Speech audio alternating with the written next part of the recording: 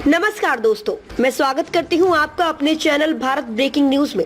जय भीम जय भारत साथियों, आज हम बात करेंगे 3 बेहद अहम मुद्दों की।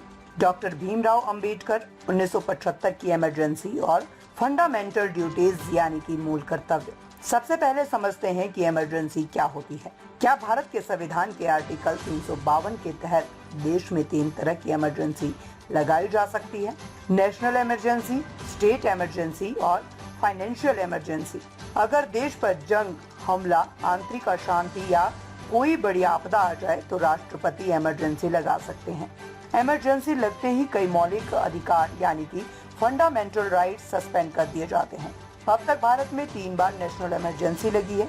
1962 जब भारत और चीन की जंग हुई, 1971 भारत पाकिस्तान युद्ध के दौरान और सबसे विवादित 1975 से 1977 की इमरजेंसी।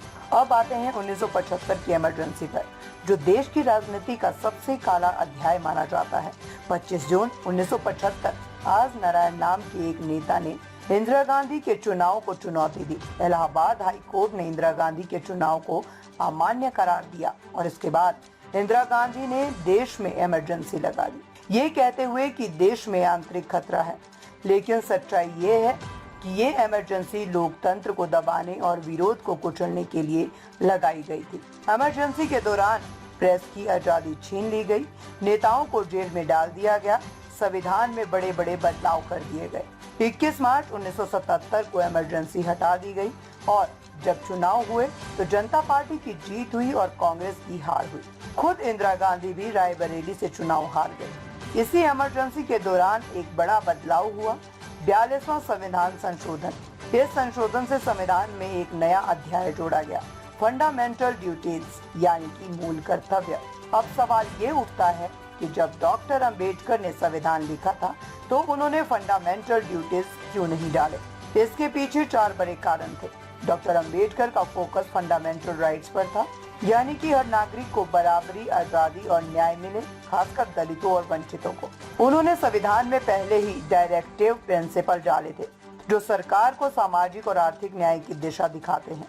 उनका मानना था कि लोकतंत्र में लोग अपने कर्तव्य खुद समझेंगे, जबरदस्ती सिखाने की जरूरत नहीं है। और सबसे बड़ी बात, उन्होंने अधिकारों की रक्षा को कर्तव्यों से ज्यादा जरूरी समझा। लेकिन 1976 में इमरजेंसी के दौरान सरकार ने संविधान में 42वां संशोधन किया। 2 नवंबर को लोकसभा और 11 नवंबर को राज्यसभा ने इस बिल को पास किया। 18 दिसंबर 1976 को राष्ट्रपति फखरुद्दीन अली अहमद ने इस पर दस्तखत कर दिए और तब संविधान में जोड़ा गया पार्ट 4A और आर्टिकल 51A के तहत 11 फंडामेंटल ड्यूटीज। अब जानते हैं वो 11 कर्तव्य क्या है। नंबर 1, संविधान और उनके आदर्शों का सम्मान करना। नंबर 2, आजादी की लड़ाई के आदर्शों को अपनाना। नंबर 3, देश की एकता और अखंडता बनाए रखना। नंबर 4, जरूरत पड़ने पर देश की रक्षा करना। नंबर 5, सभी धर्म, भाषा और क्षेत्रों के लोगों से भाईचारा रखना। नंबर 6, भारत की संस्कृति और विरासत को संजो कर रखना। नंबर 7, पर्यावरण की रक्षा करना, जंगल, झीलें, नदियां, जानवर। नंबर 8, वैज्ञानिक सोच और सुधार की भावना को अपनाना। नंबर 9, सार्वजनिक संपत्ति की रक्षा करना, हिंसा से दूर रहना। नंबर 10, जीवन के हर क्षेत्र में उत्कृष्टता पाने की कोशिश करना। नंबर 11, 6 से 14 साल के बच्चों को शिक्षा दिलाना।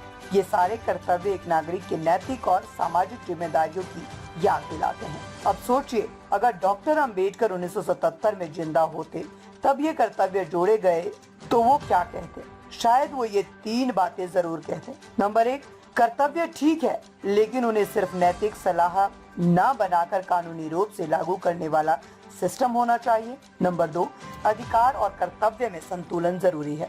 सिर्फ कर्तव्य बताकर लोगों के अधिकारों को दबाया नहीं जाना चाहिए, खासकर दलितों और पिछड़ों के। नंबर 3, सरकार की भी ड्यूटी है कि वो सामाजिक न्याय, शिक्षा और समानता को लागू करे। सिर्फ लोगों से उम्मीद करना काफी नहीं। अंत में डॉक्टर अंबेडकर हमेशा कहते थे, मैं ऐसे धर्म को मानता हूँ जो स्वतंत्रता, समानता और भाईचारा सिखाए। और आज हमें यही सोचने की जरूरत है कि कर्तव्य भी जरूरी है, लेकिन बिना अधिकारों की रक्षा के ये सिर्फ दिखावा बनकर रह जाते हैं। जय भीम, जय संविधान।